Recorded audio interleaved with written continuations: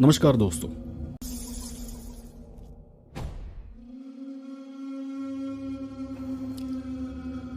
नमस्कार दोस्तों, सभी का स्वागत है।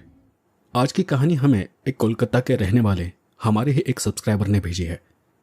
ईमेल में उन्होंने अपना नाम नहीं बताया है, तो आइए बिना देरी किए आज की कहानी शुरू करते हैं। मेरा नाम रौनक है और ये कहानी पूरी तरह से एक सच्ची घटना तो नहीं है, लेकिन मेरे साथ घटी एक घटना पर आधारित है, जिसे मैंने कहानी में रूपांतरित किया है और इसे कहानी की तरह लिखा है। आसमान की तरफ चांद को देखते हुए उमाकांत कुछ देर चुप खड़ा था, जैसे वो कुछ भूल गया हो। वो आज बहुत थका हुआ था। उसने अपनी हल्की सफेद दाढ़ी को सहलाते हुए धीमे से अपने आप से कहा, आज रात फिर चांद निकला है। जिस रात आसमान में चांद होता है उस रात मुझे बिल्कुल नींद नहीं आती। हाथ में एक लालटेन लिए वो बरामदे की ओर बढ़ा। वो लंबा बरामदा पूरा अंधेरे में डूबा हुआ था। लालटेन की हल्की रोशनी भी उसके चारों ओर फैले उस गहरे काले अंधेरे को दूर नहीं कर पा रही थी। ऐसा लगता था जैसे अंधेरा ही उस रोशनी को निगलने की कोशिश कर रहा हो। उमाकांत उस अंधेरे की ओर देखते हुए अजीब से हंस पड़ा और उसने किसी अनजाने साये से कहा, कौन है वहां? निकल जाओ, चले जाओ यहां से, जाओ। उसकी इस बात का जवाब किसी ने नहीं दिया। कोई आवाज नहीं, कोई हलचल नहीं। पता नहीं अंधेरे में उस लंबे बरामदे के पास क्या आ गया था। चांद की रोशनी बरामदे तक पहुंच नहीं पा रही थी। डाक बंगले के इस लंबे बरामदे की छत के पास लकड़ी की एक चौड़ी तख्त जैसा हिस्सा नीचे की ओर झुका हुआ था और उसी ने चांद की रोशनी को रोक रखा था। पैरों के पास तक आती चांदनी की रोशनी में बरामदे का बस आधा हिस्सा दिखाई पड़ रहा था। बाकी का आधा हिस्सा अंधेरे में डूबा हुआ था। उमाकांत सीधे आगे चलता गया। सामने से ठंडी हवा का झोंका आकर उसके जिस्म से टकराया। पीछे जंगल से वो एक अजीब सी आवाज काफी देर से आ रही थी। उमाकांत जानता था कि जिस रात आसमान में पूरा चांद होता है उस रात स्टेशन के पीछे वाले जंगल से ऐसी ही आवाजें आती है और ऐसी रातों में उस जंगल में जाना ठीक नहीं होता। लंबा बरामदा पार कर वो एक छोटे कमरे में दाखिल हुआ। उसने अंदर से दरवाजा बंद कर लिया। लालटेन की लौ थोड़ी तेज की और उसे कमरे के एक स्टूल पर रख दिया। कमरे में कहीं एक खुला बीड़ी का पैकेट पड़ा था। वो उसे ढूंढने लगा, लेकिन तभी जंगल से आती वो अजीब सी आवाज उसके कानों में गूंजने लगी। बीड़ी जलाने वाले हाथ से उमाकांत ने अपने कान दबा लिए। उसके मुंह से कुछ गालियां निकलने लगी। वो बाहर किसी पर चिल्ला रहा था, किसी को गालियां देकर वहां से भगाना चाहता था। मैं नहीं जाऊंगा, नहीं जाऊंगा, मैं चला जा यहां से। उमाकांत के हाथ की बीड़ी कब फर्श पर गिर पड़ी उसे पता ही नहीं चला। फिर वो खुली खिड़की की तरफ देखते हुए घुटनों के बल जमीन पर बैठ गया। वो कुछ बड़बड़ा रहा था। उमाकांत की आंखें जैसे धुंधली होने लगी। खिड़की से बाहर उसकी नजर बंगले की पीछे की तरफ फैले उस घने जंगल पर पड़ी और उसी पल उसकी आंखों में जैसे बिजली कौन गई। आज फिर आज वही हो रहा है। कई दिनों बाद फिर वही होने लगा है। जंगल की तरफ से आती वो आवाज बढ़ने लगी। क्या है उस जंगल के अंदर? वो आवाज कहां से आ रही है? जब से वो यहां बागनपुर में आया था उसने कभी किसी को जंगल के अंदर जाते नहीं देखा था। आसपास ऐसा कोई भी नहीं था जो जंगल की तरफ आने की हिम्मत करे। इस बागनपुर के डाक बंगले में लोग बहुत दूर दराज से आते हैं, वो भी साल में कभी कभार, और रात में तो वहां कोई नहीं आता। लेकिन फिर वो क्या है? फर्श पर गिरते ही उमाकांत की आंखें बंद होने लगी। वो चाहकर भी अपनी आंखें खोल नहीं पा रहा था। उसके मुंह से लार निकलकर जमीन पर गिर रही थी। हाथ की बीड़ी नीचे फर्श पर पड़ी थी और उसका हाथ उसी जलती हुई बीड़ी पर पड़ा, लेकिन उसे उसकी कोई परवाह नहीं थी। उसकी चमड़ी में थोड़ी सी जलन हुई। हाथ के दबाव से बीड़ी बुझने से जमीन पर एक हल्का सा निशान छूट गया, लेकिन उस पर उमाकांत का ध्यान नहीं गया। उमाकांत का मानना है कि कुछ है जो जंगल से निकलने की कोशिश करता है। कौन है जो जंगल से बाहर निकल आया है? वो जो भी है वो जंगल के आखिरी किनारे पर आकर खड़ा है और वहीं से वो बंगले को देख रहा है। लेकिन वो बंगले को क्यों देख रहा है? कौन है वो? क्या वो सिर्फ पूर्णिमा की रात में ही बाहर निकलता है?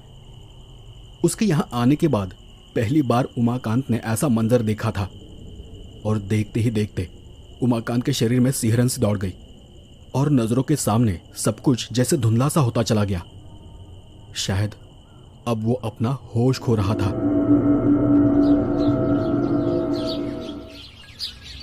मैंने अपने मोबाइल में कुछ देखते हुए निखिल से कहा, निखिल, बागनपुर नाम सुना सुना सा लग रहा है। वहाँ काली घाटी के पास से जाना पड़ता है शायद। वहाँ से बस से करीब 1 घंटा लगता है ना? निखिल ने मुझे जवाब दिया, बिल्कुल बिल्कुल सही कहा तूने, लेकिन मैं सोच रहा हूँ कि हम इतने दिन इतने जगहों पर गए हैं, फिर ये बागनपुर का डाक बंगला तेरी नज़र से कैसे छूट गया? मैंने मोबाइल से नज़र हटा ली। अरे नहीं, ऐसी बात नहीं है। बागनपुर के डाक बंगले के बारे में मैंने बहुत सारी बातें सुनी है, लेकिन एक बात है कि बागनपुर के बंगले में किसी ने कुछ अजीब नहीं देखा है। कम से कम जो वहां गए थे उन्होंने लौटने के बाद कुछ भी अजीब बयान नहीं दिया था कि उन्हें वहां जाकर किसी बात से डर लगा हो। निखिल ने एक किताब से कागज निकालते हुए कहा, यही तो गलती कर रहा है तू। वहां कुछ तो है, कुछ ऐसा जिसे कोई जानता नहीं है। क्या तूने एक बात को नोटिस किया है कि जो लोग वहां गए थे वो वहां से लौटने के 1 साल के अंदर ही मर गए हैं? ये देख, मैं तुझे बताता हूं, आज से करीब 1 साल पहले मेरा एक जान पहचान वाला वहां गया था, लेकिन 1 साल के अंदर ही एक एक्सीडेंट में उसकी मौत हो गई। अब ये शायद इत्तेफाक भी हो सकता है, लेकिन फिर मैंने बागनपुर डाक बंगले के बारे में पता करना शुरू किया। मैंने ये ढूंढा कि डाक बंगले में पिछले 10 सालों में कौन कौन गया था और उनमें से कौन कौन मर गया है। और तब एक बात मेरे हाथ लगी। निखिल ने एक कागज टेबल पर रखा। मैंने उस पर नजर दौड़ाई। तब मैंने देखा कि पिछले 10 साल में कुल 8 लोग उस डाक बंगले में गए थे। कभी कोई अकेला, कभी 2 लोग साथ में। उनमें 2 औरतें थी और 6 पुरुष थे। उनके नाम के आगे उस डाक बंगले में जाने की तारीख भी लिखी थी, और साथ ही एक और तारीख थी, और वो थी उनकी मौत की तारीख। लेकिन हैरानी की बात यह थी कि उनमें से 7 लोगों की लगभग 1 साल के अंदर ही मौत हो गई थी, और हर मौत का कारण कोई ना कोई दुर्घटना थी। बस एक का नाम नहीं लिखा था, वहां पर बस अननोन लिखा था। उसकी जाने की तारीख तो थी, पर मौत के बारे में कोई जानकारी नहीं थी। मैंने उन तारीखों पर नजर फेरते हुए कहा, हो सकता है ये सिर्फ इत्तेफाक हो। निखिल ने वो कागज मेरे सामने से खींच लिया और फिर मुझे कहा, पहली बात तो यह है कि बागनपुर के डाक बंगले में मेरी दिलचस्पी बहुत बढ़ गई है, और दूसरी बात, मैं इन 7 मतों को सिर्फ इत्तेफाक नहीं मानता। एक बार, कम से कम एक बार मैं बागनपुर के डाक बंगले में जाना चाहता हूं। वैसे भी वहां रहने का इंतजाम करना कोई बड़ी बात नहीं है। पीछे एक जंगल है। कुछ महीने पहले वहां कोई काम शुरू होने वाला था, लेकिन किसी वजह से शुरू नहीं हुआ। और तू तो जानता ही है, मेरे पापा की टूरिस्ट डिपार्टमेंट में अच्छी जान पहचान है, और इसलिए मैं कुछ दिनों के लिए वहां रहने का इंतजाम कर ही सकता हूं। बस तू हाँ कर दे। मैं अब सोच में पड़ गया था। इस मामले को मैं सिर्फ इत्तेफाक कहकर टाल भी देता, लेकिन मेरे मन में एक बात खटक रही थी, क्या यह सच में इतना बड़ा इत्तेफाक हो सकता है? कुछ सोचकर मैंने आगे कहा, ठीक है, अब तुझे लगता है कि वहां जाना चाहिए तो जा सकते हैं, लेकिन कैमरे की जिम्मेदारी तुझे ही देखनी होगी, और बाकी सारी जानकारी तू देख लेना। वैसे भी बहुत दिन हो गए हैं, हमने चैनल पर कोई नया वीडियो अपलोड नहीं किया है। निखिल ने मेरी बात पर हामी भरी। अरे बस यही तो बात है, हमारे सब्सक्राइबर्स भी अब कुछ अलग तरह का वीडियो चाहते हैं। मतलब ऐसी कोई जगह जहां हम खुद जाकर शूट करेंगे और फिर उस वीडियो को अनकट ही अपलोड करेंगे। तू मेरी बात समझा? जब हमारा चैनल बड़ा हो रहा है तो हमें भी थोड़ा बड़ा सोचना होगा। मैं निखिल की बात समझ गया। फिर अगले 4 दिनों के अंदर ही निखिल ने सारा इंतजाम कर लिया। कैमरे से लेकर करीब 7 दिन वहां रहने का सारा जरूरी सामान उसने पैक कर लिया। मैंने घर बैठकर उन 7 दिनों का एक प्लान तैयार किया कि वहां जाकर हमें क्या क्या करना है, और फिर एक दिन दोपहर हम दोनों बागनपुर के लिए निकल पड़े। कुछ 4-5 घंटों में हम बागनपुर डाक बंगले के सामने खड़े थे, और हमारे सामने खड़ा था एक थका हुआ बूढ़ा सा आदमी। शायद वो उस बंगले का नौकर था। उसने आगे आते हुए कहा, आप लोग आएंगे ये खबर मुझे पहले ही मिल गई थी। असल में यहाँ कोई फोन नहीं है और न ही कोई मोबाइल का नेटवर्क है। ऊपर से चिट्ठी आई थी, इसलिए मैंने पहले ही सारा इंतजाम करके रखा है। मैंने मोबाइल की तरफ देखते हुए कहा, बहुत बड़ी प्रॉब्लम हो गई भाई। सच में बागनपुर पार करने के बाद यहाँ मोबाइल नेटवर्क ही नहीं मिल रहा है। अब हम कैसे काम करेंगे? निखिल ने मेरे मोबाइल को देखते हुए कहा, अरे एक तरह से तो अच्छा ही है ना। नेटवर्क नहीं होगा तो हम अच्छे से काम कर पाएंगे। 7 दिन मन लगाकर काम करेंगे और बाकी यहाँ से लौटने के बाद देख लेंगे। और बहुत जरूरत पड़ी भी तो बागनपुर के बाजार चले जाएंगे, वहां नेटवर्क तो मिल रहा है ना। अच्छा दादा, आपका नाम क्या है? उमाकांत। यहाँ के सब लोग मुझे कांता बुलाते हैं। तुम लोग भी मुझे कांता बुला सकते हो, मुझे कोई ऐतराज नहीं है। अच्छा, अब आप लोग हाथ मुंह धो लीजिए, पानी भर रखा है, फिर आपके खाने का इंतजाम कर देता हूं। हम दोनों ने पानी से हाथ मुंह धो लिया। फिर उमाकांत ने हमारे लिए कमरे का खाने का इंतजाम किया। ज्यादा कुछ नहीं, बस चावल, दाल, एक सब्जी और अंडे का ऑमलेट। लेकिन हमें खाना अच्छा लगा। इतना लंबा सफर, ऊपर से पेट भर खाना, इसलिए हम बिस्तर पर लेटते ही गहरी नींद में चले गए। जब नींद टूटी तब तक दोपहर ढलकर अंधेरा हो रहा था। तभी उमाकांत चाय बनाकर ले आया। चाय की चुस्की लेते लेते निखिल ने पूछा, अच्छा उमाकांत, बुरा मत मानना, लेकिन तुम यहां अकेले रहते हो, कोई दिक्कत तो नहीं होती? मतलब अकेले तुम्हें यहां डर या कुछ अजीब नहीं लगता?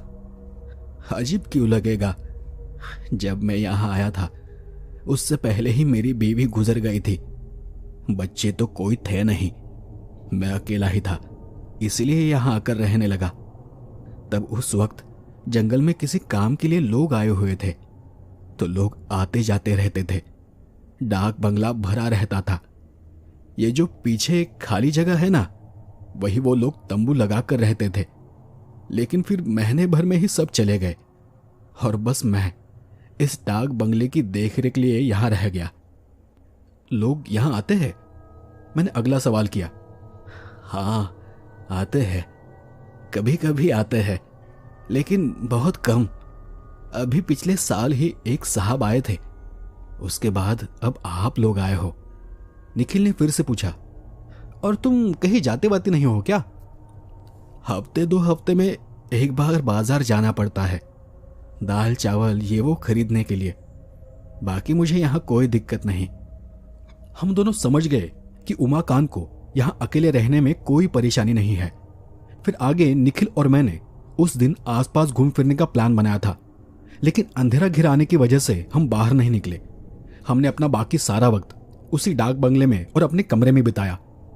वहां लकड़ी के एक मंजिला बंगले में एक दूसरे के बगल में करीब 4 कमरे थे।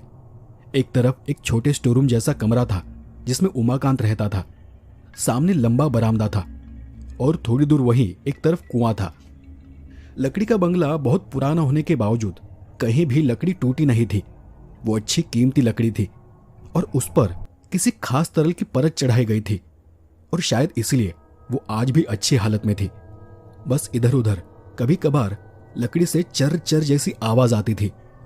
अगले दिन सुबह हम दोनों भी घर से निकलकर पीछे की तरफ चले गए। वहां टूटी हुई दीवार के पीछे हमें जंगल दिखाई दिया। शायद पहले एक बड़ी दीवार बनाने के लिए वहां ईंटों की कुछ लाइनें खड़ी की गई थी।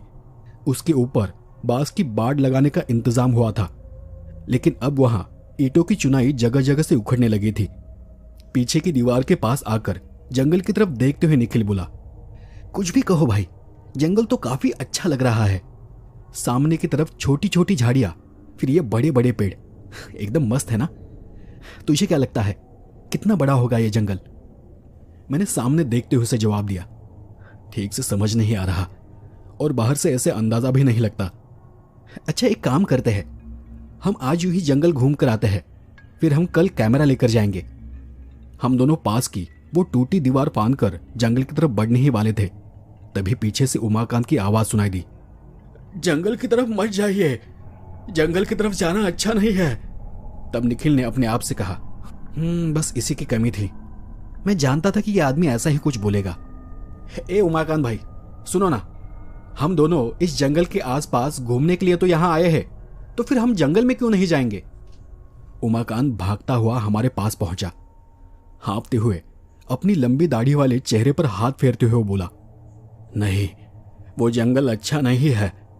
यहां के लोग भी कभी उस जंगल में नहीं जाते। यहां जो भी आता है मैं सबको मना करता हूं। लेकिन निखिल ने आगे उसे अपने ही अंदाज में जवाब दिया, लेकिन तुम्हारी बात किसी ने नहीं सुनी है ना, और सुनेंगे भी क्यों? लोग यहां जंगल देखने के लिए तो आते हैं। अच्छा जाने दो, तुम तो बाजार जाने वाली थे ना? उसकी बात सुनकर उमाकांत का चेहरा एकदम से उतर गया। उमाकांत ने एक बार फिर चेतावनी देते हुए कहा, आप लोग पढ़े लिखे लोग हैं, आपको मैं जबरदस्ती तो रोक नहीं सकता, पर जंगल की तरफ न जाना ही बेहतर होगा। मैं बाजार जाकर आता हूं, कुछ सामान लाना है, लौटने में शायद थोड़ी देर लगेगी। उमाकांत के जाते ही निखिल दीवार फांदकर दूसरी तरफ चला गया, लेकिन मैं वहीं ठिठक कर खड़ा हो गया और पीछे मुड़कर उमाकांत के जाने वाले उस रास्ते की तरफ देखने लगा। निखिल ने तब मेरे कंधे को छुआ। अरे क्या हुआ, चलना। उसने मना कर दिया तो क्या हुआ? क्या इसलिए तो रुका है? अब चल, टाइम मत खराब कर। पता है कि हम इस जंगल के बारे में कुछ नहीं जानते, लेकिन हम दिन में ही जाकर दिन के उजाले में वापस आ जाएंगे। मेरे मन में कुछ खटक तो रहा था, लेकिन निखिल की बात मानकर मैं वो दीवार फांदकर जंगल की तरफ रवाना हो गया। और चलते चलते हम जंगल में काफी अंदर चले गए। हम काफी अंदर आ गए हैं, है ना? चारों तरफ के पेड़ कितने बड़े बड़े हैं, और ये डाल, ये पत्ते कैसे अजीब तरह से फैले हुए हैं। और अंदर गए तो लगता है कि कुछ दिखाई नहीं देगा। सूरज की रोशनी भी अंदर ठीक से नहीं आ रही। मैंने उसकी बात का कोई जवाब नहीं दिया। हम सामने की तरफ चल रहे थे। हम जितना अंदर आ रहे थे, जंगल उतना ही घना होता जा रहा था। ऐसा लग रहा था कि इस जंगल का कोई अंत ही नहीं है। मैंने एक बार पीछे मुड़कर बाहर निकलने का रास्ता देख लिया। जानबूझकर हम दोनों बिल्कुल सीधे चल रहे थे, ताकि लौटते वक्त रास्ता पहचानने में कोई दिक्कत ना हो। और वहीं पर थोड़ा और आगे आने पर कई बड़े बड़े पेड़ एक ही जगह से एक साथ जमीन से निकले हुए थे, ठीक वैसे जैसे गोल घेरे में कई सारे नारियल के पेड़ या फिर वैसे ही पेड़ उगाए हो और वो बीच की गोल जगह को घेर ले। बिल्कुल वैसा ही नजारा था। उस जगह के चारों ओर घूमते हुए निखिल बोला, कितनी अजीब बात है। मतलब लगता है कि सारे पेड़ एक साथ उगे हैं, लेकिन मुझे समझ नहीं आ रहा कि ये कौन से पेड़ है। थोड़े बहुत नारियल के पेड़ जैसे है, लेकिन पत्ते उतने लंबे नहीं है। और उन्हें देख ऐसा लग रहा है कि पेड़ों के बीच में कोई जगह खाली है। बाकी पेड़ों के तने इस तरह से उगे हैं कि जरा भी गैप नहीं है। उन पेड़ों के बीच क्या होगा, ये देखने के लिए हमें पेड़ पर चढ़ना ही होगा। तभी मैंने उसका हाथ पकड़ लिया। पागल हो गया है क्या? इन पेड़ों पर चढ़कर क्या फायदा? ये सारे एक साथ चिपक कर उगे हैं, शायद इसलिए तुझे ऐसा लग रहा है। अभी के लिए चल यहां से, फिर कभी बाद में आ जाएंगे। हालांकि मैंने ये कह तो दिया था, लेकिन चारों तरफ घूमकर मुझे ये समझ आ गया कि ये बड़े बड़े पेड़ एक साथ लिपटे हुए उगने के बावजूद बीच में काफी जगह खाली थी। और जितनी जगह बीच में थी, उतना बड़ा किसी भी एक पेड़ का तना नहीं हो सकता। हमने उस जगह पर ज्यादा ध्यान नहीं दिया और फिर हम आगे बढ़ते गए। आगे जमीन थोड़ी ढलान वाली होने लगी थी। जमीन काफी नीचे जाकर फिर से समतल होती दिखाई दे रही थी। हम जहां खड़े थे वहां से पीछे की तरफ ठीक से कुछ दिखाई नहीं दे रहा था। हम किस रास्ते से नीचे उतरे हैं वो भी हमें अब ठीक से समझ नहीं आ रहा था। और फिर हम दोनों कुछ आगे बढ़ने ही वाले थे कि अचानक एक गड्ढे में निखिल का पैर धंस गया। सब कुछ इतना अचानक हुआ कि निखिल मुंह के बल जमीन पर गिर पड़ा। मैं फौरन उसकी तरफ दौड़ पड़ा। तब तक निखिल जमीन से उठ खड़ा हुआ था, लेकिन उसका एक पैर जहां जमीन में धंस गया था, वहीं उसकी टांग पर काले काले रंग की कोई चिपचिपी चीज लगी थी। मैंने उसका पैर देखकर कहा, यह क्या है? तेरा पैर कहां फंसा था? यहां तो कोई गड्ढा नहीं है। निखिल ने हैरानी से जमीन की तरफ देखा और पाया कि वहां कुछ भी नहीं था। वहां का गड्ढा गायब था। गड्ढा कहाँ गया? कमाल है, अभी तो यहां गड्ढा था। मैंने फिर एक बार जमीन की तरफ देखा। मुझे लगता है कि वहां कुछ था। जरा ध्यान से देख, यहां की मिट्टी तो थोड़ी गीली लग रही है। शायद यहां कुछ कीचड़ जैसा था, उसी में तेरा पैर फिसल गया होगा। निखिल ने भी आसपास देखकर कहा, इम्पॉसिबल। मुझे पूरा यकीन है कि मेरा पैर किसी गड्ढे में ही फंसा था। हमने वहां चप्पा चप्पा छान मारा, पूरी जगह को ढूंढा, लेकिन मिट्टी कहीं भी गीली नहीं थी, नहीं इतनी नरम थी कि हम फिसल कर नीचे गिर पड़े। हमें समझ नहीं आया कि वहां क्या हुआ था। और ठीक तभी निखिल अजीब तरह से चीखते हुए अपने दाएं पैर की जांघ को पकड़कर जमीन पर बैठ गया। मेरा पैर जल रहा है। ऐसा लग रहा है कि जैसे पूरे पैर में ओह ओह कुछ गरम गोंद सा चिपक गया है। हाँ हाँ। यह सब इतना अचानक हुआ था कि निखिल की आवाज सुनकर मैं बुरी तरह घबरा गया। मैं जल्दी से दौड़कर निखिल के पास पहुंचा। ठीक तभी मेरी नजर निखिल के पैर पर पड़ी, जिस पर काली चिपचिपी सी चीज लगी थी, और फिर न जाने कब वो चीज उसके पैर से होते हुए घुटने तक पहुंच गई। ऐसा लग रहा था मानो वो चीज जिंदा हो, और जैसे ही वो चीज उसके पैर में फैलने लगी, उसके पैर में आग जैसा दर्द बढ़ता चला गया। तब मैंने निखिल के पैर पर लगी उस चीज को छुआ तो मैं खुद चौंक गया। उस काली चीज को हाथ लगते ही वो चीज निखिल के पैर पर ऊपर की तरफ सरक गई। निखिल लगातार चिल्ला रहा था, जांग को एक हाथ से दबाकर पैर से उसे झटकने की कोशिश कर रहा था। अब मैं भी डर गया। मैं किसी तरह निखिल का हाथ अपने कंधे पर डालकर पीछे मुड़ा और ऊपर की तरफ, मतलब बंगले की ओर बढ़ने लगा, क्योंकि जब उसने दोनों हाथों से उस काली चीज को झाड़ने की कोशिश की तो उसे समझ आ गया था कि वो काली चीज किसी लीच की तरह उसके पैर से चिपक गई है। मैं चलते हुए घबराकर उसके पैर को देख रहा था। मैं कुछ समझ नहीं पा रहा हूं। तेरे पैर में यह सब क्या लगा है? हमें किसी भी तरह जल्दी बंगले पर वापस जाना होगा, वहां जाकर ही हम कुछ कर सकेंगे। तभी निखिल झुंझलाकर बोला, मेरा पैर जल रहा है और लग रहा है कि किसी ने मेरे पैर पर गर्म कोयला रख दिया है। अब मैं और बर्दाश्त नहीं कर पा रहा। रौनक कुछ कर यार, रौनक कुछ कर यार। मैं उसे समझा रहा था, बस थोड़ा सब्र कर, बस थोड़ी देर और, सब कुछ ठीक हो जाएगा। मैं जितनी जल्दी हो सके निखिल को सहारा देकर उस बंगले की तरफ जाने लगा। जंगल के बड़े बड़े पेड़ पीछे छूटते जा रहे थे और तब हमें बंगले की वो छोटी सी दीवार नजर आने लगी। बाहर की छोटी झाड़ियों वाले जंगल के पास आते ही निखिल अचानक से लड़खड़ाकर नीचे गिर पड़ा, पर जैसे ही वो दोबारा उठने लगा तभी एक बार फिर से मेरी नजर निखिल के पैर पर पड़ी। लेकिन अब तक जो चीज निखिल के पैर से चिपकी हुई थी, अब वो वहां से गायब हो गई थी। वो लीच की तरह दिखने वाली काली चीज वहां नहीं थी और फिर से निखिल जमीन पर मुंह के बल गिर पड़ा और गिरते ही बेहोश हो गया। मैंने और देर नहीं की। मैंने एक बार फिर से अपने चारों तरफ नजर दौड़ाई। जंगल के अंदर बड़े बड़े पेड़ों की आड़ की तरफ देखते ही मुझे एक अजीब सा एहसास हुआ। लगा जैसे जंगल के अंदर से कोई हमें घूर रहा है। ऐसा लगा जैसे जितनी देर हम जंगल में चल रहे थे उतनी देर कोई हमारा पीछा कर रहा था।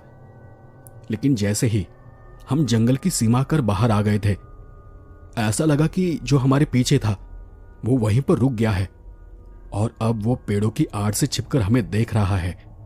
और तब मेरे दिमाग में एक बात आ गई, क्या इसी वजह से उमाकांत हमें जंगल से जाने से मना कर रहा था? तो क्या वाकई जंगल में कुछ है? लेकिन मैंने तो अपनी आंखों से देखा था कि कोई काली चीज उसके पैर से चिपकी हुई थी। तो फिर नहीं, अभी देर नहीं कर सकते, पहले हमें बंगले के अंदर जाना होगा। निखिल को लेकर मैं बंगले के अंदर आ गया। हमें जो कमरा दिया गया था वहां जाकर मैंने निखिल को बिस्तर पर लिटा दिया। तभी निखिल कुछ बड़बड़ाने लगा, जैसे वो नींद में बड़बड़ा रहा हो। वो एक ही बात बार बार कह रहा था, वहां कुछ नहीं है, वहां कुछ नहीं है, मैं नहीं जाऊंगा, मैं नहीं जाऊंगा वहां, नहीं, तुम मुझे नहीं ले जा सकते। मैंने जैसे ही निखिल के बदन पर हाथ रखा, निखिल हड़बड़ाकर उठ बैठा। फिर वो पागलों की तरह यहां वहां देखने लगा और अचानक से बोल पड़ा, वो पेड़। मैं हैरान होकर उसे देख रहा था। निखिल की दोनों आंखें खून से लाल हो गई थी। मुझको समझ नहीं आया कि अब मैं क्या करूं। थोड़ी देर बाद जब उमाकांत लौट आया तो निखिल की हालत देखकर वो भी बहुत डर गया। वो कांपती हुई आवाज में बोला, मैंने तो पहले ही कहा था वो जंगल अच्छा नहीं है, लेकिन आप लोगों ने मेरी बात नहीं सुनी। अब हम क्या करेंगे? ऐसी हालत में यहां आसपास कोई अस्पताल भी नहीं है। बाजार के पास एक डॉक्टर है, लेकिन लेकिन ये सब डॉक्टर ठीक नहीं कर पाएगा, और इन्हें अब यहाँ से बाहर नहीं ले जा सकते, क्योंकि मैंने सुना है कि एक बार अगर कोई जंगल में चला जाता है तो वो तुम्हें यहाँ से जाने नहीं देते। और तब मैंने हैरान होकर पूछा, कौन नहीं जाने देगा? कौन है उस जंगल में? उमाकांत अजीब फीकी आंखों से मुझे देखने लगा। उस वक्त तक दोपहर हो चुकी थी, चारों तरफ धूप खिली हुई थी, लेकिन कमरे के अंदर एक अजीब सा आधा अधूरा सा अंधेरा था। खिड़की दरवाजों से जितनी भी रोशनी अंदर आ रही थी वो कमरे में फैले अंधेरे को मिटा नहीं पा रही थी। मैंने एक बार उमाकांत की तरफ देखा और फिर बिस्तर पर लेटे निखिल की तरफ। उमाकांत कुछ देर तक निखिल को घूरता रहा और फिर धीरे से कहा, जैसे जैसे पूर्णिमा करीब आती है वो सब इस जंगल में जमीन के नीचे से जाग उठते हैं, और शायद कल पूर्णिमा है, इसीलिए मैंने आप लोगों को वहां जाने से मना किया था, लेकिन आप लोगों ने मेरी बात नहीं सुनी। आप मुझे बताइए वहां क्या हुआ था? अब तक निखिल की बड़बड़ाहट थम गई थी। मैं भी उसी कमरे में फर्श पर एक तरफ बैठ गया था और फिर मैंने उमाकांत को वो सारी बात बताई। और फिर उमाकांत आगे बढ़कर निखिल को देखने लगा। उसके शरीर पर कहीं भी वो काली चिपचिपी सी चीज नजर नहीं आ रही थी। उमाकांत ने आसपास देखते हुए कहा, आपको बहुत संभल कर रहना होगा। एक बार ये पूर्णिमा निकल जाए उसके बाद आपको कुछ नहीं होगा। लेकिन पता नहीं तब मेरे मन में क्या आया और मैंने गुस्से में ही उसे जवाब दिया, इम्पॉसिबल, मैं आज ही यहां से चला जाऊंगा। आज ही हमें निखिल को किसी डॉक्टर को दिखाना होगा। मुझे तुम पर यकीन नहीं है। मैं जानता हूं उस जंगल की मिट्टी में अचानक से कोई गड्ढा बना था और वहां से कुछ काला सा निकलकर निखिल के पैर पर चिपका था। मैंने अपनी आंखों से देखा था यह सब। तब मुझे ऐसा नहीं लगा कि उमाकांत ने मेरी पूरी बात सुनी थी। उसके चेहरे पर एक फीकी सी हंसी उभर रही थी और फिर अचानक उसने कहा, चलो मैं जाकर रात की खाने की तैयारी करता हूं, तब तक आप लोग यहां आराम करो। इतना कहकर उमाकांत किचन की तरफ चला गया। मैं काफी देर तक चुपचाप बैठा रहा। कमरे के एक कोने में हमारे दोनों बैग रखे थे और उन्हीं में से एक में हमारा कैमरा भी था। इसी कैमरे से हमें सब कुछ रिकॉर्ड करना था, लेकिन कौन जानता था कि पहले ही दिन ऐसी अजीब घटना हो जाएगी। मैंने निखिल को जगाने की कोशिश की, लेकिन पता नहीं क्यों वो ऐसे सो रहा था जैसे गहरी नींद में हो। निखिल का पूरा बदन बुखार से तप रहा था। बैग में पैरासिटामोल थी, लेकिन मैंने सोचा शायद बेहोश इंसान को दवा देना ठीक नहीं होगा, और ये सोचकर मैं उसके जागने का इंतजार करने लगा। खिड़की के पास खड़े होकर उसने बाहर देखा। छोटी दीवार के उस पार जंगल दिख रहा था, लेकिन सुबह जब वो जंगल जा रहे थे तब उसे देखकर जैसा लगा था अब मुझे वैसा नहीं लग रहा था। अब मुझे उस जंगल को देखते हुए एक अजीब सा एहसास हो रहा था, जैसे वो जंगल आगे सरकते हुए हमारे और करीब आ गया हो और जंगल के बड़े बड़े पेड़ और भी घने होते जा रहे हो। और तब मुझे ऐसा लगने लगा कहीं निखिल की तरह मुझे भी आंखों का धोखा तो नहीं हो रहा। मैं शाम तक ऐसे ही बैठा रहा। शाम को जब निखिल की नींद टूटी तब तक मैं सारे बैग पैक कर चुका था। निखिल किसी तरह बिस्तर से उठा और अपना सिर झटक कर बोला, क्या बात है, तूने बैग क्यों पैक कर लिया? क्या हुआ है यहां? मैं हैरान होकर उसे देखने लगा और सीधे उसे कहा, हम आज ही यहां से जा रहे हैं। निखिल उस बात से चौंक गया, लेकिन क्यों? अरे अचानक से क्या हो गया? मैंने बैग नीचे रखा और बिस्तर के पास आकर निखिल की तरफ देखकर कहा, जंगल में कुछ है।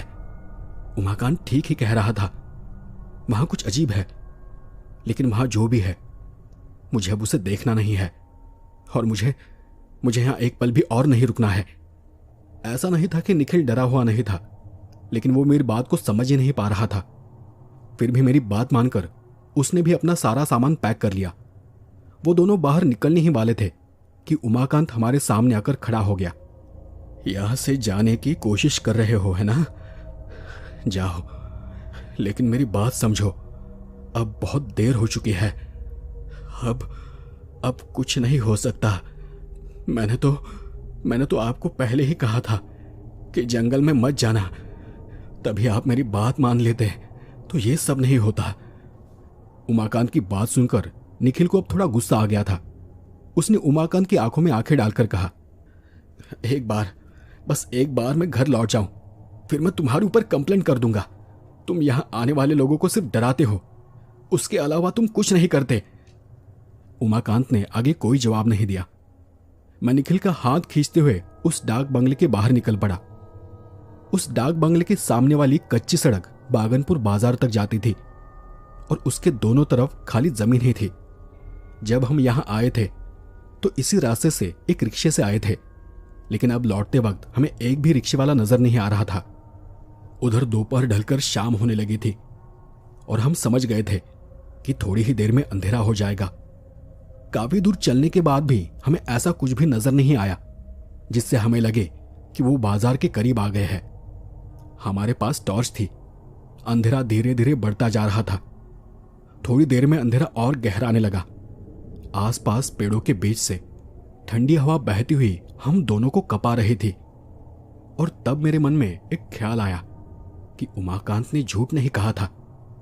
असल में हमें बाजार तक पहुंचने में इतना वक्त नहीं लगना चाहिए था। और तभी अचानक सामने कुछ नजर आने पर निखिल ठिठक कर रुक गया और उसने मुझे अपने पास बुलाकर दाई तरफ उंगली उठाकर इशारा किया। ये वही ताड़ का पेड़ लग रहा है ना?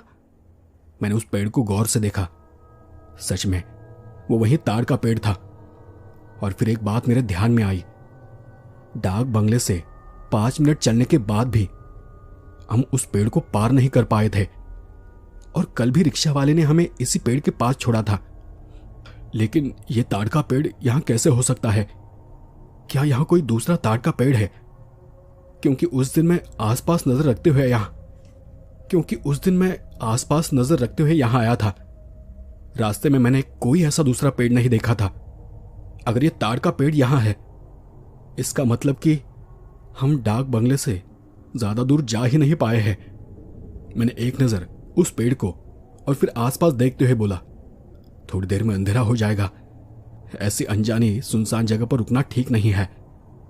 लेकिन पता नहीं हम कितने आगे आ गए हैं। हो सकता है पीछे लौटकर जाने में हमें बहुत वक्त लगेगा। तुम्हें क्या लगता है, क्या वापस जाना ठीक होगा? निखिल ने भी कुछ देर सोचा और मैंने भी। फिर सही हो या गलत, हम दोनों भी बहस छोड़कर वापस लौटने लगे।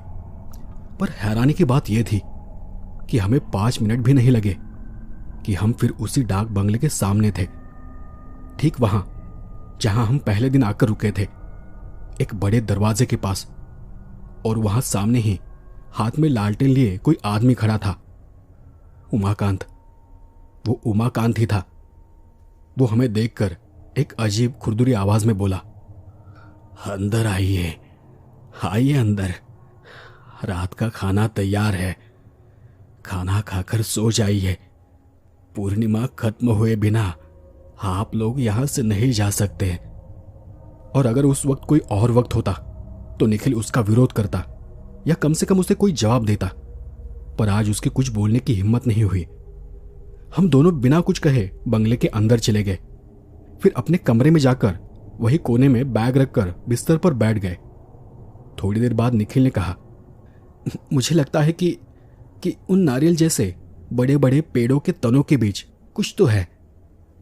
मैंने नींद में एक अजीब सा सपना देखा था, शायद उसे महसूस किया था। तब मैंने हैरानी से उसे देखा। कैसा सपना? मैंने देखा कि मैं किसी ऊंची जगह से नीचे गिरता जा रहा हूं, जहां मैं बस गिर रहा हूं। वो जगह बहुत ठंडी है।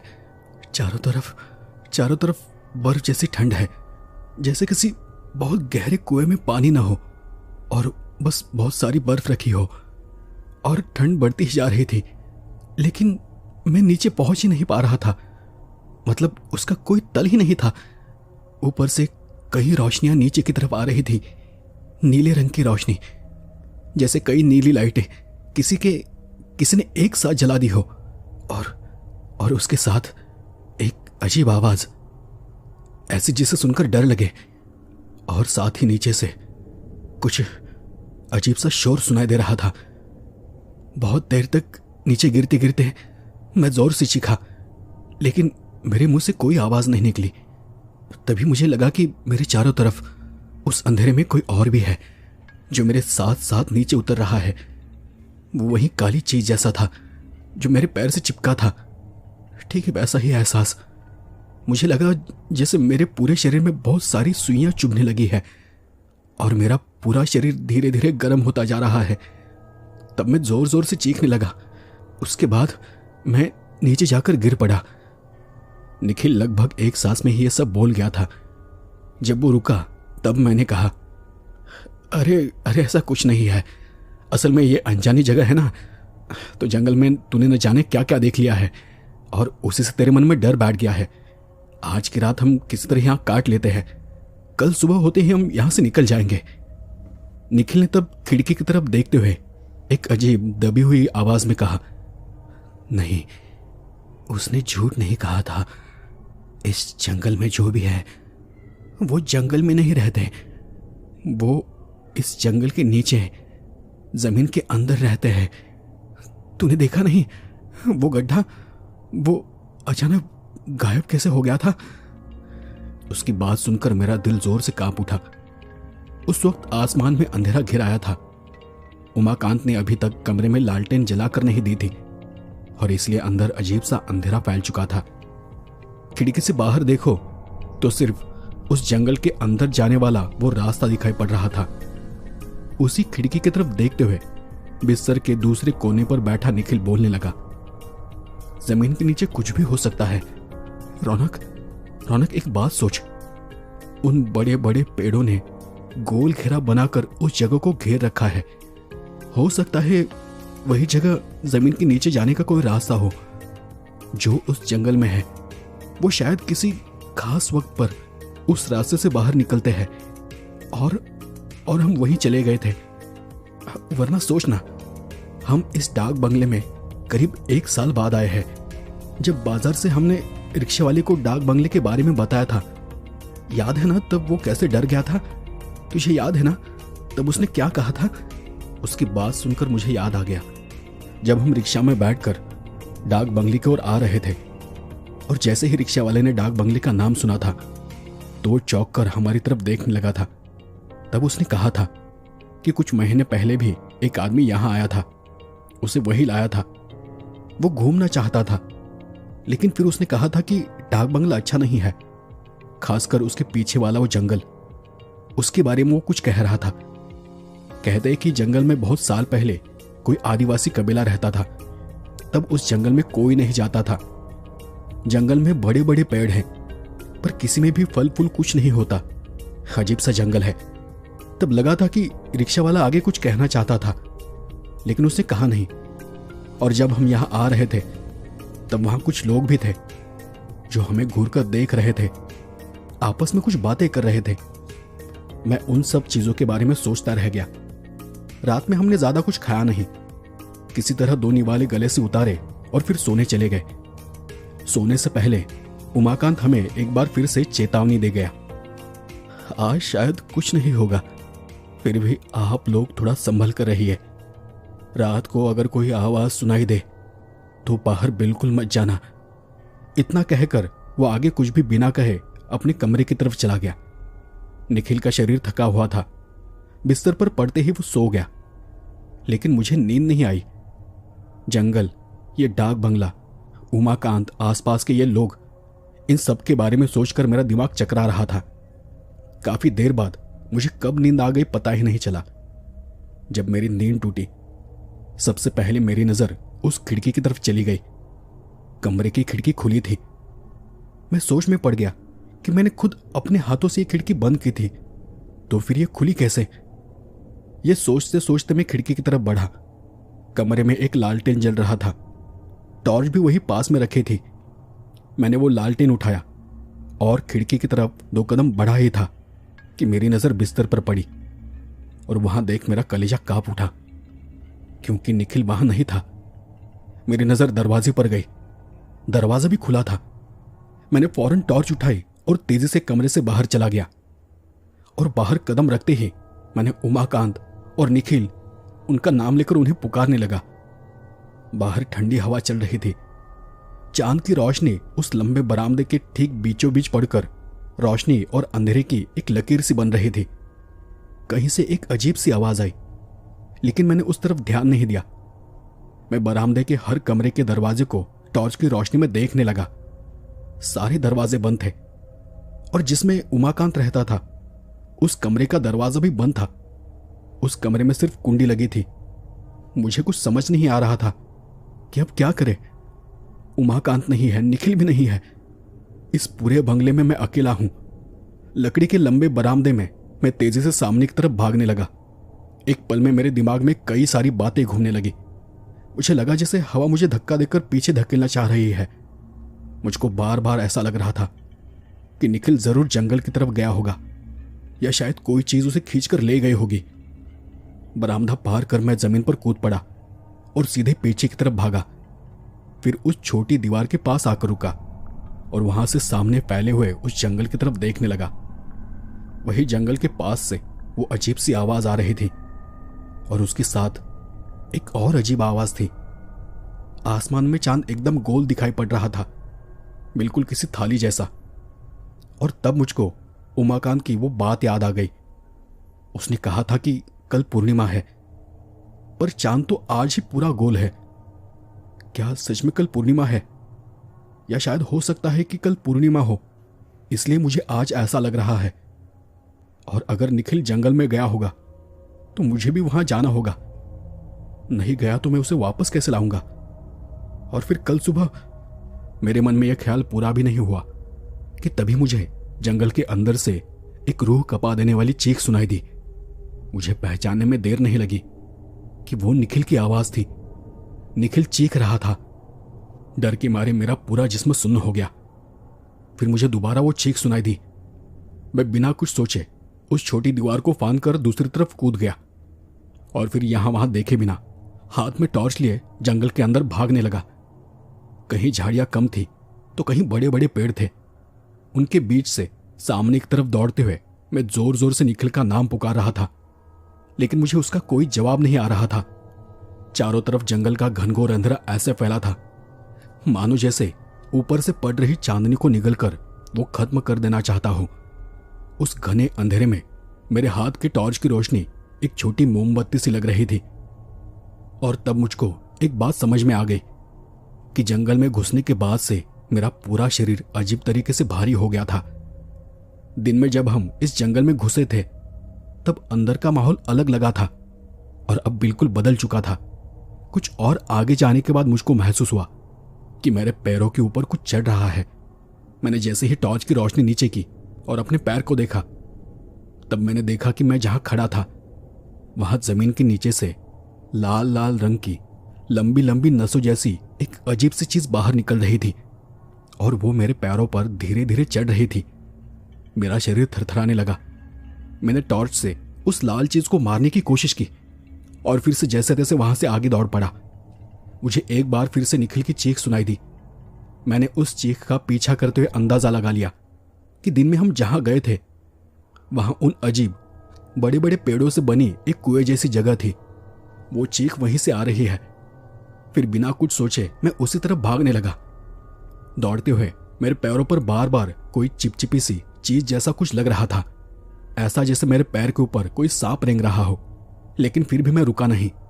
आखिरकार मैं भागते हुए उसी जगह पर आकर रुक गया और दोनों घुटनों पर हाथ रखते हुए मैंने हाँफते हुए उन पेड़ों के कुएं जैसी जगह पर टॉर्च की रोशनी फेंकी और तब मुझे वहां निखिल दिखाई दिया। निखिल का पूरा शरीर लंबी लंबी बेलों जैसी किसी अजीब चीज में लिपटा हुआ था। निखिल चीख रहा था, लेकिन उसकी वो आवाज मुझे सुनाई नहीं दे रही थी। उसकी वो आवाज जैसे गले में ही अटक जा रही थी। लेकिन उससे भी अजीब बात मैंने अब देखी थी। पेड़ की वो लंबी ऊंची जगह जिसके ऊपर से कुछ काला काला सा कुछ अजीब सा नीचे की तरफ उतर रहा था।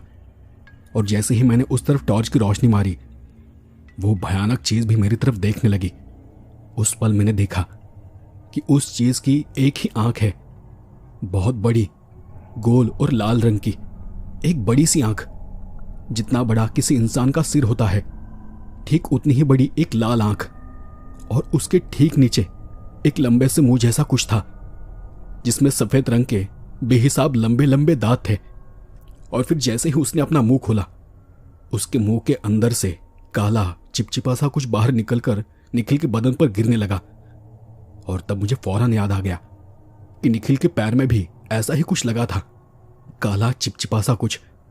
खौफ से मेरा पूरा शरीर वही जगह पर पत्थर की तरह जम गया। लेकिन मैंने एक बार फिर कोशिश की। मैं सामने दौड़ कर गया और निखिल के पैर को पकड़ कर उसे जोर से खींचा ताकि मैं उसे उन बेलों से छुड़ा सकूं। तब निखिल बड़ी मुश्किल से बोलने लगा, तू मुझे नहीं छुड़ा पाएगा, तू भाग जा, तू भाग जा, तू यहां क्यों आया? नहीं नहीं, मैं तुझे छोड़कर कहीं नहीं जाऊंगा। लेकिन ये क्या है? ये तेरे शरीर से क्या चिपका है? तब मेरा एक और बात पर ध्यान गया। निखिल का शरीर जहां बंधा था, ठीक उसके चारों ओर पेड़ के तने से ही वही काली चीज निकलकर निखिल को जकड़े हुई थी। मतलब वो बेले नहीं थी, बल्कि वही काला जीव जैसा पदार्थ था जो उसे कसकर पकड़े हुए था। मैं बार बार ऊपर की तरफ देख रहा था। वो काली चीज धीरे धीरे नीचे उतर रही थी। वो बहुत बड़ी थी। वो नीचे ऐसे उतर रही थी जैसे किसी कुएं की बाहरी दीवार से रेंगते हुए कोई बड़ा सा जानवर उतर रहा हो। उसी पल चारों तरफ एक अजीब सी बदबू फैलने लगी। निखिल कांपती आवाज में फिर से बोला, तू क्यों आया? क्यों आया यहाँ? मुझे वही यहाँ लाया है। वो उमाकांत इंसान नहीं। मैंने खुद देखा है। उमाकांत का पूरा शरीर, उसका पूरा शरीर भी ऐसा ही है।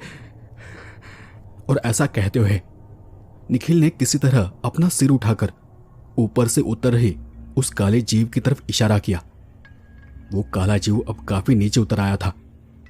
मेरे हाथ की टॉर्च की रोशनी उस अजीब चीज के चेहरे पर पड़ते ही वो ठिठक गई और साथ ही वो अजीब सा शोर, वो अजीब सी आवाज आनी बंद हो गई। जैसे ही मैंने टॉर्च नीचे की, फौरन ऊपर से मुझे वो अजीब सी आवाज सुनाई देने लगी। और तब मेरे दिमाग में बस एक ही बात चल रही थी कि मैं क्या कर सकता हूं, मैं कैसे उसे बचा सकता हूं। उस चीज ने निखिल को जिस तरह जकड़ रखा था, मुझे लग रहा था कि उसे छुड़ाना नामुमकिन है। लेकिन ये उमाकांत कहाँ है? गुस्से और खौफ से मेरा पूरा शरीर थर-थर कांप रहा था। और ठीक तभी मुझे पीछे से किसी के हंसने की आवाज सुनाई दी। पीछे मुड़ते ही मैंने देखा उमाकांत वही खड़ा था, मुझसे कुछ दूरी पर। उसके हाथ में एक लालटेन था और वो थोड़ा सा झुका हुआ था। और उस हालत में वो हमारी तरफ देखकर हंस रहा था। उसकी दोनों आंखें सियार जैसी चमक रही थी। मैंने उस पर झपटना चाहा, लेकिन मैं हिल नहीं सका। और मैंने गुस्से से उसे कहा, तेरी वजह से यह सब हुआ है। यह सब तूने किया है ना? उमाकांत ने मुझ पर हंसते हुए कहा,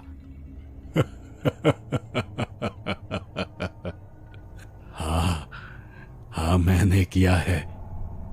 यही तो मेरा काम है। उसे जब भूख लगती है तब किसी ना किसी को तो मुझे यहां लाना ही पड़ता है। लेकिन तुम दोनों को चिंता करने की कोई जरूरत नहीं। वो किसी का शरीर नहीं खाता, वो खाता है आत्मा। धीरे धीरे, आहिस्ता से। वो तुम्हें कोई तकलीफ नहीं देता। उमाकांत की बात सुनकर मैं दंग रह गया। आत्मा? मैंने कहीं ऐसी बातें सुनी थी कि इस दुनिया में ऐसी रूहें, अशरीरी आत्माएं भी है जो अगर इंसान के जिस्म को छू ले तो वो उसकी आत्मा को धीरे धीरे मार देती है। और तब उमाकांत की बात सुनकर मुझे वो लिस्ट याद आ गई जिसमें हर इंसान की 1 साल के अंदर मौत हुई थी। बस एक का नाम नहीं लिखा था। उमाकांत अब भी हंस रहा था। उसने मुझे इस काम के लिए चुना है। हर साल एक आत्मा मिल जाए तो वो शांत रहता है। लेकिन इस साल उसे 2 मिलेंगी। और तब मुझे याद आया कि शायद उमाकांत ही वो आदमी था जिसका नाम उस लिस्ट में नहीं था। जब मैं पीछे मुड़ा था तभी वो काली चिपचिपी सी चीज मेरे दोनों पैरों पर चढ़ने लगी थी। पर तब मुझे कुछ महसूस नहीं हुआ था। लेकिन जब मेरा उस पर ध्यान गया, मुझे जोर का झटका सा लगा। मेरे हाथ से टॉर्च नीचे गिर गई। मैंने जोर से चीखना चाहा, लेकिन मैं कुछ न कर सका। मैंने दोनों हाथों से जमीन को पकड़ने की नाकाम कोशिश की। मेरे चारों तरफ फैली उस काली सख्त चीज ने मेरे पैरों को जकड़ लिया था और अब वो मुझे घसीटते हुए उस पेड़ों जैसी जगह की तरफ ले जा रही थी। और फिर देखते ही देखते मेरा पूरा शरीर भी निखिल की तरह उन बेलों जैसी चिपचिपी चीज में लिपट गया। कुछ देर बाद उमाकांत ने लालटेन को जमीन पर नीचे रखा। उसके कुछ देर बाद उमाकांत ने लालटेन को जमीन पर नीचे रखा और उस पल निखिल और मेरी, हम दोनों की आंखें धीरे धीरे बंद हो रही थी। ऐसा लग रहा था जैसे शरीर के बाहर से कोई चीज हमारे अंदर घुसने की कोशिश कर रही है। हमारा पूरा शरीर ठंडा पड़ता जा रहा था। पेड़ों से नीचे उतरता हुआ वो काला साया अब हमारे सामने था। वो लालटेन के सामने एक ढेर बनकर खड़ा हो गया था। एक बड़ा सा काला साया, वही लाल रंग की एक आंख, एक बहुत बड़ा खुला मुंह। वो साया धीरे धीरे हमारी तरफ बढ़ने लगा और साथ ही उसकी वो डरावनी आवाज हमारे कानों में गूंजने लगी।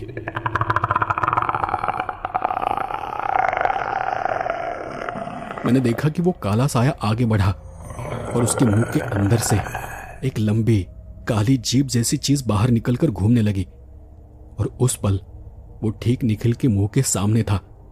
निखिल का मुंह अपने आप खुल गया। उस साय ने जैसे ही अपनी काली जीभ उसके मुंह में डाली, निखिल किसी बकरे की तरह थरथर कांपने लगा।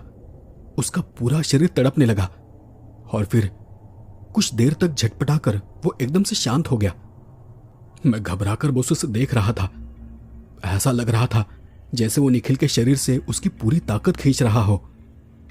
और तब मैं दबी आवाज में चीखने की कोशिश करने लगा, निखिल, निखिल, तुझे तुझे कुछ नहीं होगा, तुझे कुछ नहीं होगा। मैं ये कह तो रहा था, लेकिन पता नहीं वहां क्या हो रहा था। एक बार फिर मुझे उस जीव के दांतों की वो कतारें दिखाई दी। फिर कुछ देर बाद वो झटक कर दूर हो गया और अजीब सी आवाज करते हुए गुर्राने लगा। अब वो धीरे धीरे मेरी तरफ बढ़ा। फिर से वही अजीब सी आवाज उस जगह में गूंजने लगी। मेरी मौत मेरे सामने थी। मेरी नजर कमजोर पड़ रही थी। मेरा शरीर मेरे काबू में नहीं था।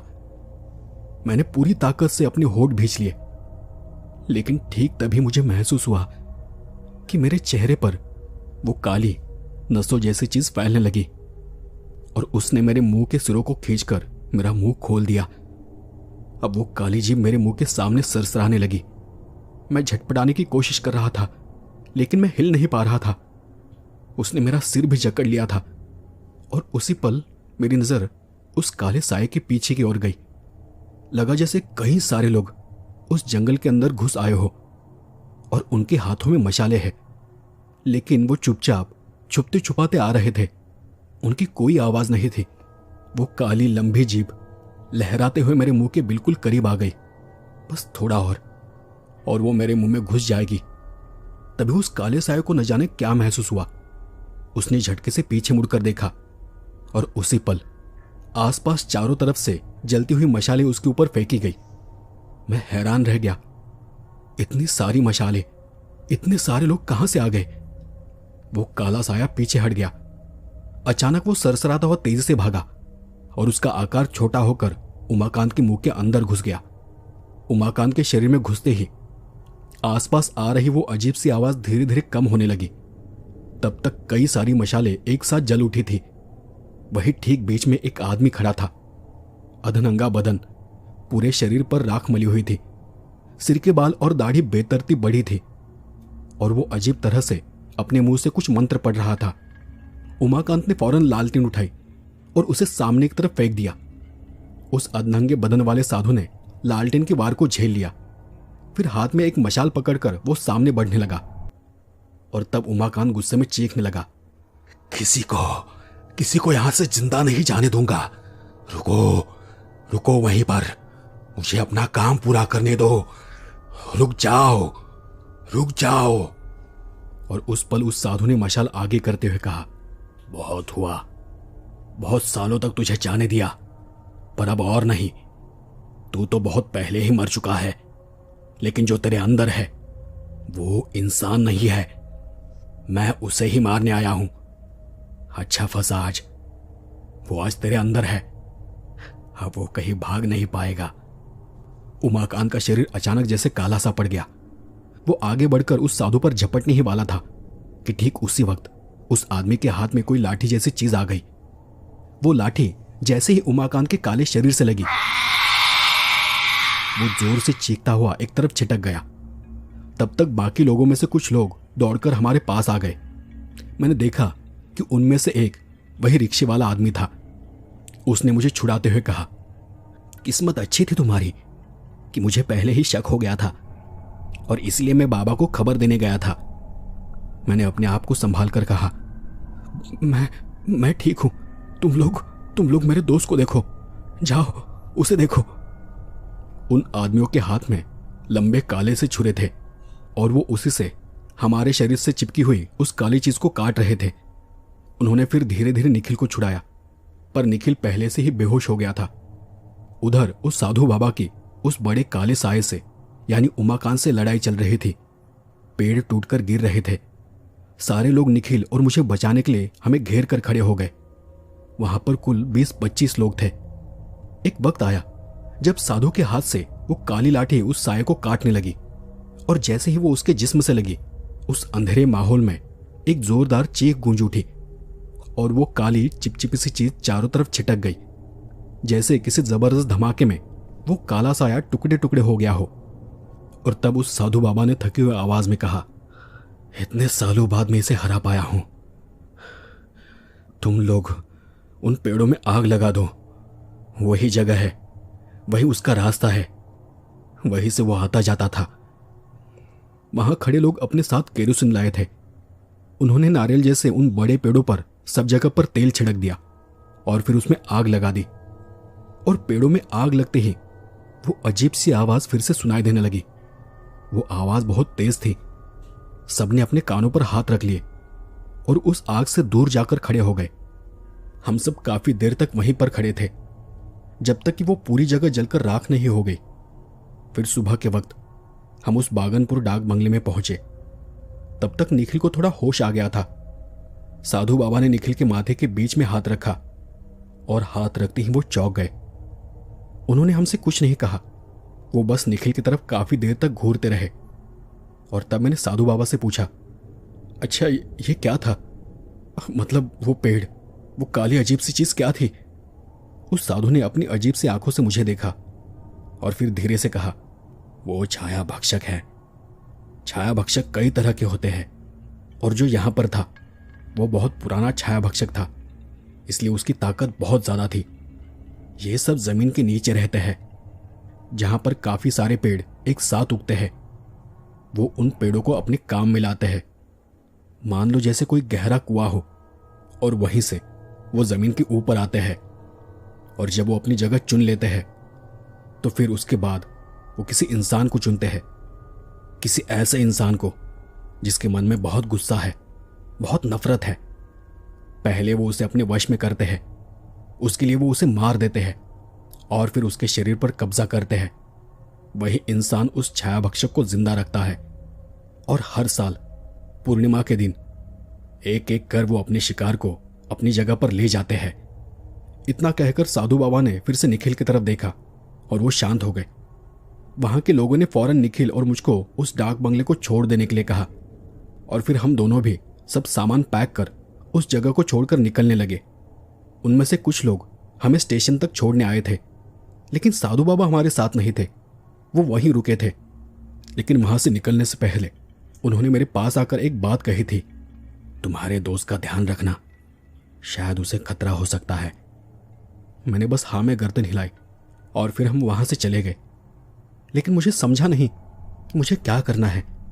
मैंने अगले कुछ दिनों तक निखिल पर ध्यान दिया जरूर, लेकिन उस घटना के बाद वो बिल्कुल शांत हो गया था। धीरे धीरे मैं भी अपने कामों में बिजी हो गया और फिर ठीक 7 महीने बाद अचानक एक दिन निखिल की मौत हो गई। वो पानी में डूब गया था।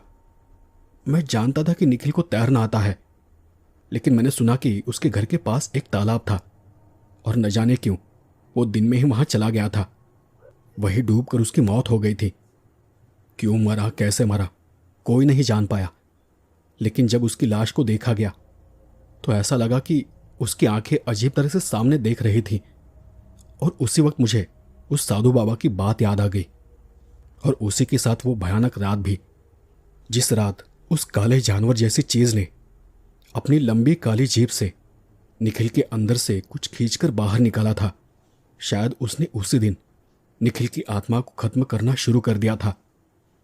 इसके बाद मुझे उस डाक बंगले के बारे में बस इतना ही पता चला कि कुछ महीनों बाद उस बंगले को बंद कर दिया गया था। पर उस जंगल वाली बात को मैंने कभी किसी को नहीं बताया और वक्त के साथ ही मैंने उस घटना को अपने अंदर दबा दिया। तो दोस्तों, आज के लिए बस इतना ही।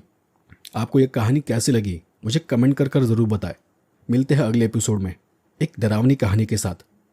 तब तक के लिए धन्यवाद और शुभ रात्रि।